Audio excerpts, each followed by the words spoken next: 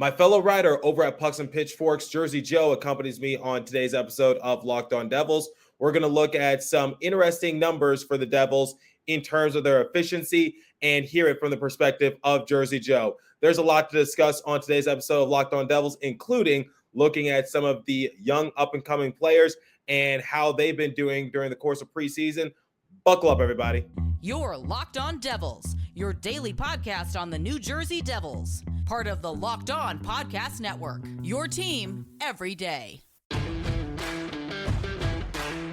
Hi, this is Bryce Salvador, and you're Locked On Devils with Trey Matthews. Scores!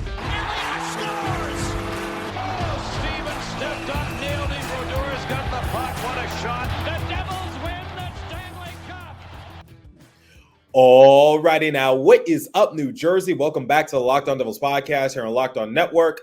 I'm your host, college hockey play-by-play announcer, Devils writer for Pucks and Pitchforks, and also part-time credential media member, Trey Matthews. Joined alongside recurring guest of my show, Jersey Joe. He is a contributor on Draft Pro, Pucks and Pitchforks, and is the host of Heads Up Hockey Podcast. Jersey Joe, it's been a minute since you last appeared on the show. You actually reached out to me saying you wanted to do some sort of collaboration, so I'm going to let you take the reins on this one. What are we discussing? Because the Devils have a few preseason games under their belt, and the start of the new season is right around the corner. Well, first off, as many of you know, so it's Draft Prospects Hockey, DPH for short. So anyways, I use a valuable tool that they call Instat, and you probably heard of it before by some notable people. And I was able to look at some other teams, their shots for and against, and I put in an article recently from 4 days ago on Pucks and Pitchforks. But I'm going to send Trey the screenshots of the diagrams, so that way you can see it in this new clip. So that way you understand what I'm talking about. Yep, so that'll be on the video portion if you're watching on YouTube. But when pulling up that article right now, it is titled New Jersey Devils Looking to Improve Efficiencies on Shot Contribution. So, Jersey Joe, can you provide some insight? What do you mean by that? So, under Mark Recchi, and then you move on from last year with Andrew Burnett, you want to look at how can Travis Greene help improve this Devils power play and the overall effectiveness shooting from all areas. Now, with that being said, I mentioned in the article, so if you look at it, the Devils are very good pretty much in the high dangers and behind the opponent's net because they got guys like Jack Hughes and Nico Hischier who can quarterback those plays.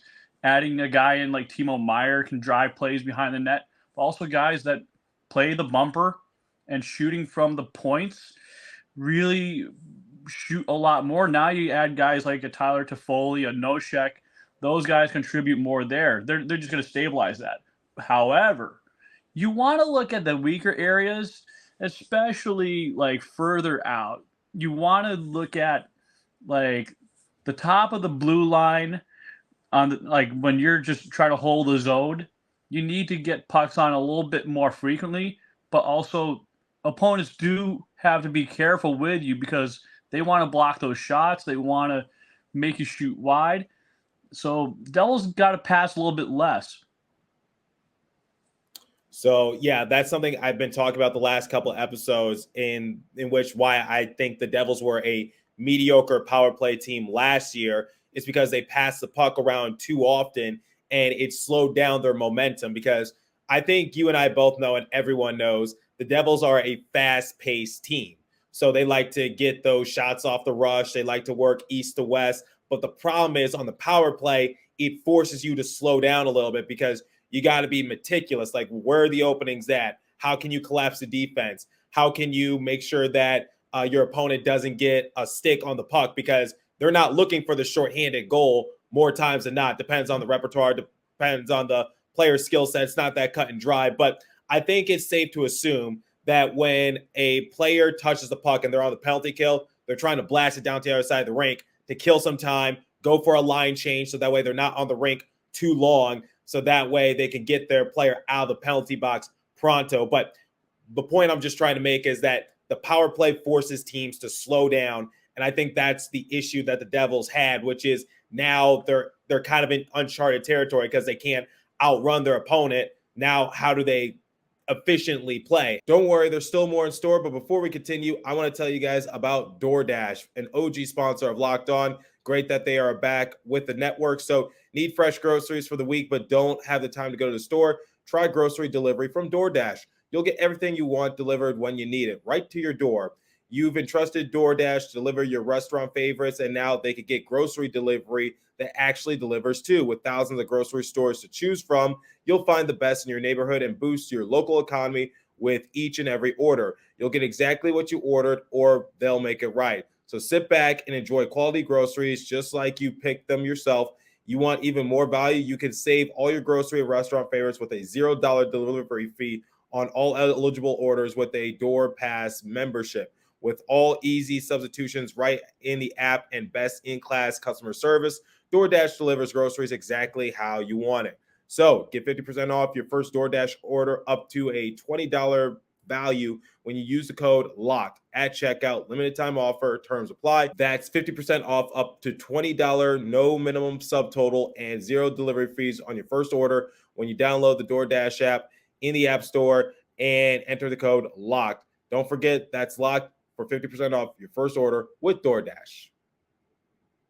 Okay, let's get back to today's episode. Take it away once again. I think one of the things that Amanda Stein pointed out a couple days ago at a recent Devils practice is that she noticed that Travis Greene's coaching ability for the power play, it was fast, it was intense, and he's taking no prisoners. Now, I said the last couple episodes, I can't sit here and speculate and talk about what Mark Recchi did or didn't do, or what Andrew Burnett did or didn't do, because ultimately I don't know. But if I had to make an educated guess, I don't think Amanda was tweeting something like that during the Recchi reigns of being the associate coach, or the Burnett being the associate coach. We knew that Burnett was a good coach, don't get me wrong, but in terms of the power play, Devils were pretty mediocre. So, yeah, I think for Travis Greene and what I've been seeing the last few preseason games, that the Devils power play is much more efficient. And Bryce Salvador pointed it out during the Philadelphia Flyers game, and I noticed it against the New York Rangers. This just seems like a different dynamic of the power play for the Devils. And I know it's preseason, and any of my listeners know I'm not the biggest fan of preseason games. I don't want to read too far into the storylines, but I think it's evident that the Devils have improved somewhat. But I'm just trying to be cautious and not jump the trigger because we haven't even played the first official game of the year. Technically it's called pull the trigger, but you don't want to put too much stock into it. But for me, I like to dissect things. So like for me, I like to look at the shot map. So like with Instat, I get to look at how a team can do. It's not just all about prospects, but yeah, that's just the other piece of the puzzle. So when you look at the Devils and they do you add goals and you add shots on goal, the Devils pretty much are 100%, no given problem during preseason. But then you add missed shots. You know, you look at that, their weakness would be on the right wing side when you're attacking at 59.7%. So that's 40 out of 67. You add the block shots, Devils go down to 49.4. So that's 40 out of 81 opportunities. Then you look at a little further back, you're right ahead of the two face-off dots coming from your defensive zone. You're looking at the Devils shooting from behind the 2 points, the left and right wing. They're 20.9, so they're 9 for 43 from the low danger. And then they're 38% from the center position when they're north of the two face-off dots within the opposing zone. And then that means they're 19 for 50. But then another 19 for 50. They're also 38% on the right wing side on the low danger. So can they work a little bit more efficiently further away from the goalies? I think they can. Maybe Travis Greene has a little bit something where maybe Luke Hughes will shoot more often, like last night. but they did a really good pass the puck really quick. They weren't being stagnant, but they were moving their feet around. So I like the way they were playing. And also Nolan Foote, I think on one power play possession, he had like 3 shots on. I believe Shesterkin was still in the game at the time, but the point is Foote was trying to get some opportunities to crack into the score sheet because similar to Alexander Holt, similar to a lot of other young guys, he's trying to compete for a roster spot, particularly on that third line. So every stat is so crucial, and just seeing him be that aggressive on the power play, that's honestly music to my ears and also eyes, just because I want to see the Devils be more aggressive on the power play, because I've been talking about a lot during the summer, but this team has a lot of talent on the roster. There is no way in hell they should be a mediocre power play team. Just no way. So even last year, like you had Jack Hughes, you had Dougie Hamilton, Jesper Bratt, Nico Hischier, Dougie Hamilton, and that's just your top power play unit. Did I mention Timo Meier when they added him? They jumped from, I think I did.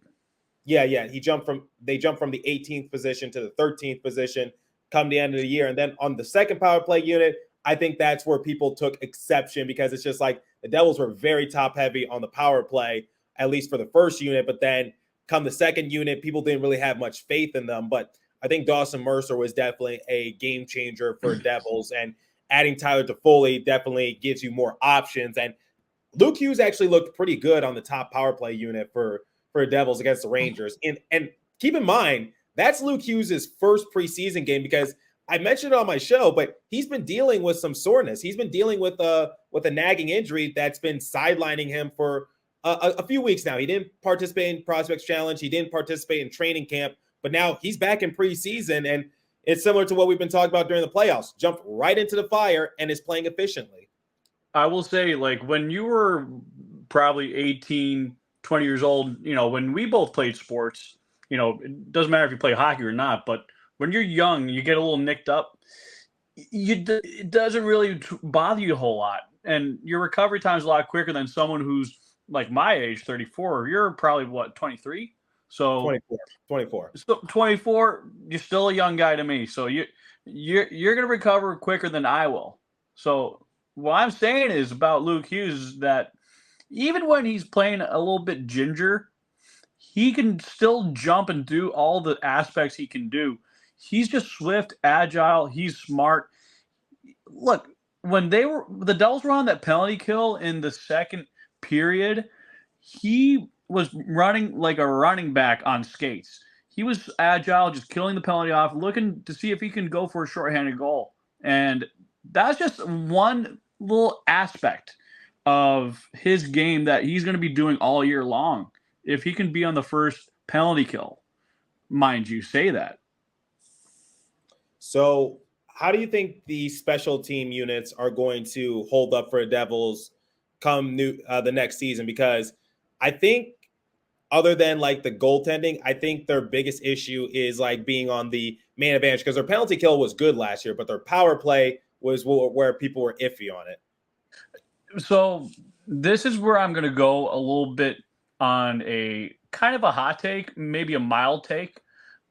I'm going to say the Devils are probably going to be maybe top 10 in the power play, given the fact that you already have so many great pieces already at the disposal, whether it's a Timo Meier or Dougie Hamilton, Toffoli.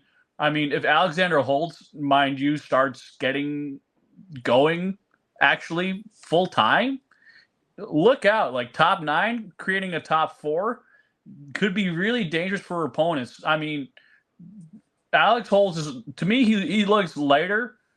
He looks a little bit swifter, but I currently have him as a C type grade right now. I know you're doing passing and failing grades. To me, he's just, the average. If he can stay above average and consistent, he'll be fine. I mean, playing with someone that is more defensively minded, but I know he's improving a little bit more on the forecheck and being aware, being closer to the slot. He's going to be okay. But last year, he was not doing any of those things. Honestly, Joe, that's not a hot take because I've been saying it on my show. There's no reason why the Devils can't be a top 10 or a top 5 power play unit. I'll go there. I will go there because on your top power play unit, you got Nico Hischier, you got Jack Hughes, and you possibly got Dougie Hamilton. Maybe we'll see Luke Hughes take that position. I don't really know. But nonetheless, Dougie Hamilton will be on a power play unit for the Devils. So Hamilton, Hischier, and Hughes, you have 3 of the top 50 players in the entire league, according to NHL Network. You got a big body in Timo Meier. You got veteran leadership in Tyler Toffoli. You got Dawson Mercer, who's a scoring machine as well. You got Eric Haula, who's sort of like a Swiss Army knife. You got a rising star in Luke Hughes. I think he can definitely give Connor Bedard a run for his money for the Calder Trophy. Yeah, you got a lot of talent on this power play for the Devils. So honestly, that's not a hot take. That's something I've been talking about on my show. I don't know what everyone else's consensus opinion is, but I'd say top 5, top 10 power play unit for the Devils easily. And I'll say this about now we're going to talk more about shots against. Now, this is going to be adding in the goals against, shots on goal, missed goals, and blocked shots by Instat. So the weakest point is much further out when the opponent is attacking above that face-off circle at the top of the blue line. So that's the Devils are 28.1%, and that means they're only allowing the other team to go 18 for 64. And that means they're doing not so good in that department, but opposing teams still converting. And yet it's even worse when opponents move over to the right side at the center slot, the low danger slot at 45.8%, and they're converting at 35 to 72 chances.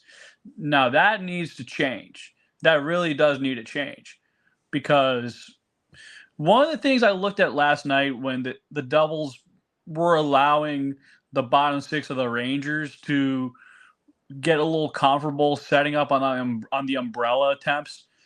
That worries me, though. That worries me a little too much, because when it comes to closing out games, you want to suffocate your opponent more. You want to pressure them. I know when you're down a guy, you're at a disadvantage, but you still got to create a formation. You can't just be stuttering your feet there.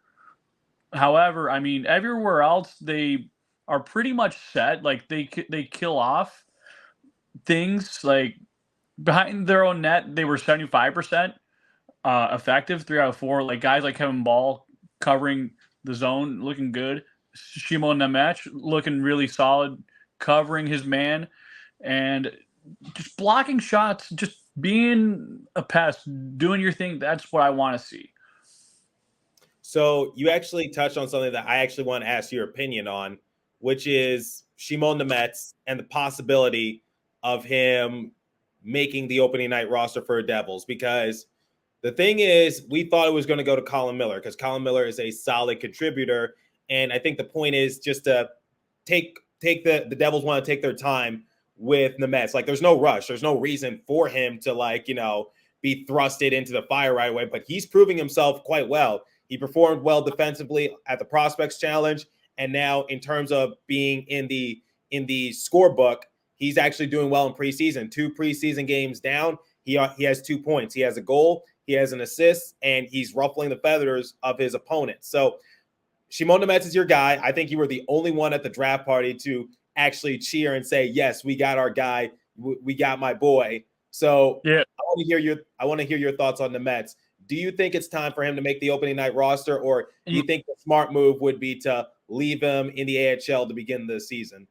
So let me throw this out there. I'm going to make an automotive test comparison. So basically, when he got drafted and proved that he can play well at the AHL level, he passed his permit test. So he's gotten all the basics down and everything. Now he's been driving along in the AHL. Now preseason comes along, you're getting a lot tougher tests, and all these turns, all these little funny things come up your way, and he's reacting properly. And it's not like he's let up too many things or botched a lot of things.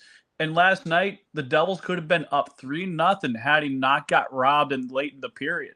Now, if that wasn't Igor Shesterkin, that's to the back of the Ranger net for the Devils right there. And mind you, he's been playing well physically. He's been Sasquatching. When he played for Slovakia at the U20s against Canada, against a Connor Bedard team, I mean, the kid is going to be set to take the car keys and ride off on that new Hyundai Ioniq 6 or maybe a Tesla Model 3. I think he's ready to hit the road and enjoy his time here in New Jersey, where in black. Yeah, I mean, I agree with you. Shimon Nemets, if he continues to perform the way he's performing in the preseason, I think you do have to make that legitimate case and say he should be on the opening night roster. At least give him a chance. Because so like I said, preseason, not my cup of tea, but it gives me a chance to get a good gauge as to how people like Nemets are performing in a beta version of an NHL matchup. Because let's face it, preseason is not the real thing, but it gives these young guys a chance to like participate in what the NHL atmosphere would be like. So I think since he's performing well so far, he got a fluke goal in his first game against the Montreal Canadiens. Then Samuel Montembeault. Yeah, Montembeault just absolutely fumbled it. Never seen that before. That was a dump attempt. It was like a game of pinball, which is, I think it went off the board first, and then it just rifled over to Montembeault. It went under his foot or something like that. I had never seen that before. And I guarantee you, if Shimon Nemets was to do that 50 times, I think 50 times he would miss it, or it wouldn't go in. I think 1 out of every 50 goes in. But I will say this, that shot reminded me of going to the Silver Ball Arcade Museum on the boardwalk in Asbury Park, not too far from the draft party. So really, that's kind of a fitting analogy. Yeah, but he still got a goal, and it made the highlight reel, so that's all I could say. It made its way around. The French commentary was hilarious, by the way. Uh-oh. Yeah, I couldn't understand a single word of the French commentators, but maybe I'll share it with Amanda, and she can transcribe it for me or my brother, because they both speak French or my brother speaks French somewhat. Amanda's fluent in it. But anyway, digressing a little bit. Previous game against the Rangers, he got a no-look pass to Tyler Toffoli, and Toffoli went 5-hole on Shesterkin. Now, I get that everyone was excited for Toffoli, but did you just see that no-look pass by Nemets? Coming down the lane, his face was straight, just straight at the boards, and he didn't turn his head once, and yet he passed it over to Toffoli. Sometimes you don't pass the puck to where your teammate's at, you pass it to where they need to be. So there is a saying by Wayne Gretzky, and one of them is a good hockey player goes where the puck is. A really good hockey player goes where the puck will be. And Shimon Nemets knew exactly where Tyler Toffoli was going to be.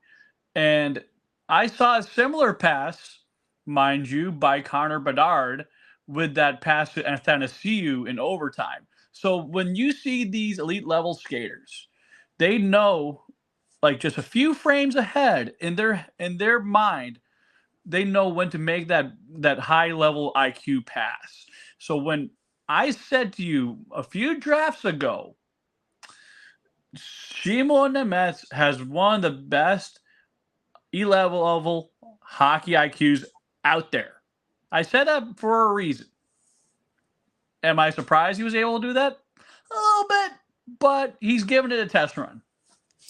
All right, now let's talk about Kevin Ball. And Kevin Ball's impact doesn't show up in the box score, but on the hits and blocks, his skating ability, man, it's crazy.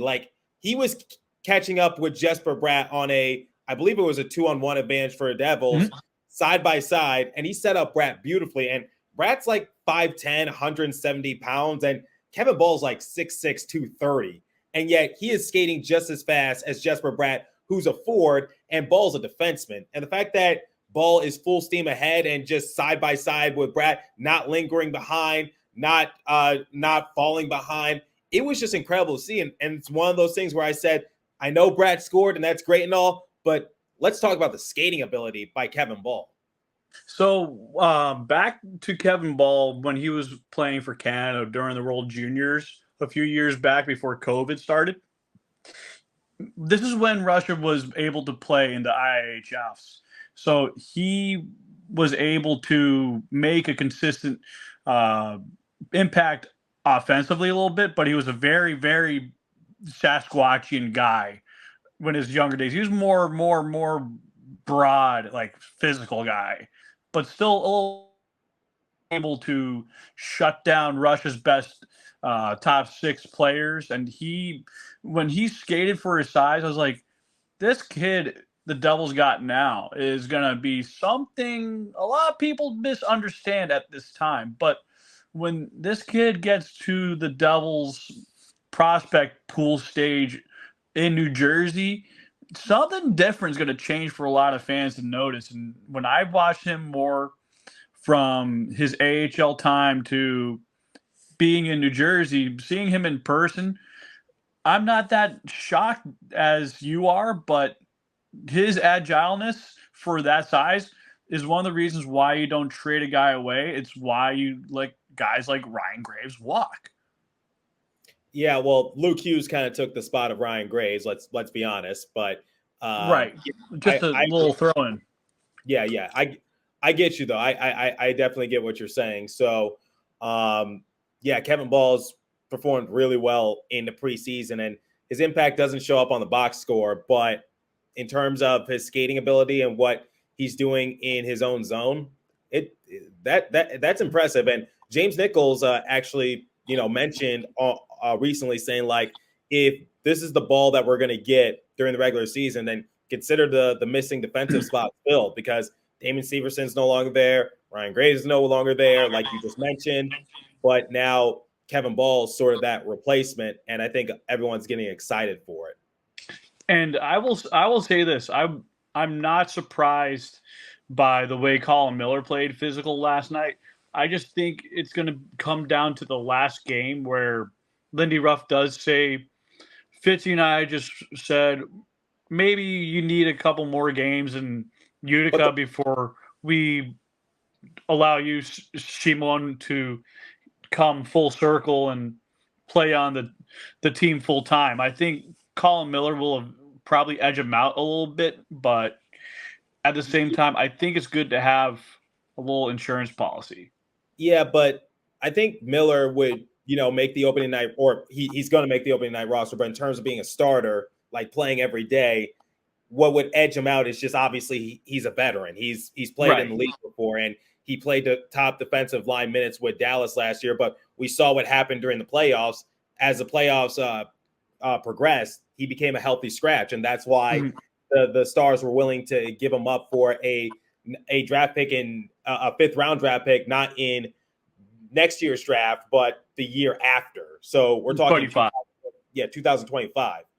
A 5th rounder, but that's shocking. But the thing is, physicality is not. What's up? So I will say this: like, he'll be like a better version of Brendan Smith, right-handed, physical, not a liability in the regular season, but will be a good veteran to lean on for a guy like Shimon Nemeth to learn a lot from after all those NHL games he's played in. So it's good to have that playoff mentality for a youngster. Yeah, I mean, but my thing in terms of like the preseason and his physicality, like you mentioned, that's not enough. Miller, you're playing on the top defensive line against the Rangers. Shimon Nemeth is on the bottom 4 defensive pairing. Why is he out showing you right now? Like, why is he like outclassing you in a sense? That's my thing, and that's why I think Shimon Nemeth is sort of now brought himself into the conversation of possibility of making the opening night roster. That's why I said give him the keys to the car, especially let him start getting 3rd pairing, 2nd pairing minutes. I mean, Lindy Ruff is going to have to realize, you got a young guy there who's already better than Colin Miller. but Colin Miller's there to be an insurance policy at some times. Yeah, so I want to get your thoughts on the preseason so far and now going into the regular season. Like, what are your expectations for Devils? I know we talked about this over summer, but has your thought process changed now that we're getting closer to the start of the new NHL season? Well, it's kind of changed a little bit with Alexander Holtz. Like, I'm not like thinking he's a draft bust or anything like that. I'm just keeping my expectations moderate, but I do see that, with a guy like Travis Greene around, I think he will be a huge influence for him. And if he comes full circle in New Jersey and extends that leash longer, it's going to be because of Travis Greene's ability to communicate with him and the ability to be around a couple of veterans like a Brat. And then you also have to realize there's a lot more skilled depth in Utica going forward. You're going to have maybe guys like a Max Willman, who came over from Lehigh Valley, and that's the Phantoms, so that's the Flyers AHL team, and he impressed me last night with the puck possession, being power forward, driving the play. And one of the things I really like about last night's game was being able to hold the opposing zone longer, but also being more creative on the power play and not shooting. I mean, not passing so much, but shooting more. And it started to really come into fruition, per se. I think Travis Greene's got a lot to do with that. Yeah, I'm excited to see what they potentially can do. But I guess the final talking point, at least on my end, is like, have you put out any other content that people should be on the lookout for, whether it's Devils related or prospects related? Like, just throw out your plugs, and that's how we'll close out today's episode. So recently, I just put out another article on Pucks and Pitchforks, and you will see recently it's that Devils looking to improve efficiencies on shot contributions, and at Draft Prospects Hockey, I do have one. It's not necessarily an article, but it's more so like a little profile about Tyler Connolly, who's a winger for the USNTDP in this year's upcoming draft. And I compare him to a couple of NHL players who I really like, but I'm also currently tracking a lot of centers right now, and most of them are from Europe, mostly Sweden. And I actually been keeping in touch with a lot of coaches through LinkedIn who are like under 20 hockey coaches, stuff like that. So I keep tabs with the coaching and whatnot, so that way I can find who they recommend for me to take a look at, because I can examine them on Instat. So, Jersey Joe, any final remarks before we sign off? So, final remarks, I will say this. It's going to be maybe not the most interesting of cuts, but definitely in the middle of the season, Devils got a lot of skill and depth players in Utica. And if you're going to games in Utica, you're going to be seeing a lot of those guys graduate to playing in New Jersey. But I do feel very good about this coaching staff in New Jersey. I really feel good about the way the brass is doing their job. And I can't wait to be back at opening night this year, but also with Draft Prospects Hockey, I'm going to be doing some podcasts with them. We're going to do like an hour-long segment like each month, and then we're going to do like a 30-minute one. So we're going to, start getting into that pretty soon. It's not that far around. But I will say this, I mean, for those of you just learning about hockey prospects and stuff like that, we do have a YouTube channel, and it's going to be interesting to see what we can track. But also, like, I can keep track of Devils prospects and other opponents' players as well. So I want to thank Jersey Joe, Joseph Stanislaw once more. And Jersey Joe, pleasure's always mine. Always check out his work on Draft Pro and Pucks and Pitchforks. And hope to connect once more, Joe, before the start of the season. And I know you'll definitely be back on Locked On Devils. Yeah, so for those of you, I'm at Jersey Joe 11_NJ on used to be called Twitter, now X, and Draft Prospects Hockey is where you'll see me. I'm also on LinkedIn. Trey's going to put in my socials from there, but don't be afraid to message me. We can do a podcast, meet up for a pizza at American Whiskey this season. He's referring to our encounters. Last year because before the Devils took on the Dallas Stars at the Prudential Center, I met up with them at American Whiskey, and we had a pizza. It was the first time we met in person. Yeah, and the pizza is actually pretty good there, but it does get busy nowadays. People love it there, especially after Chiclets made it even more popular with the Brat Pack. Yep. So we'll definitely be in contact, and we'll definitely see what's in store. But like I do to close out every episode, continue to stay safe. Have a wonderful day, New Jersey. Go Devils. I'll catch you guys in the next episode. Thanks for listening once again. Thank you to my guest, Jersey Joe.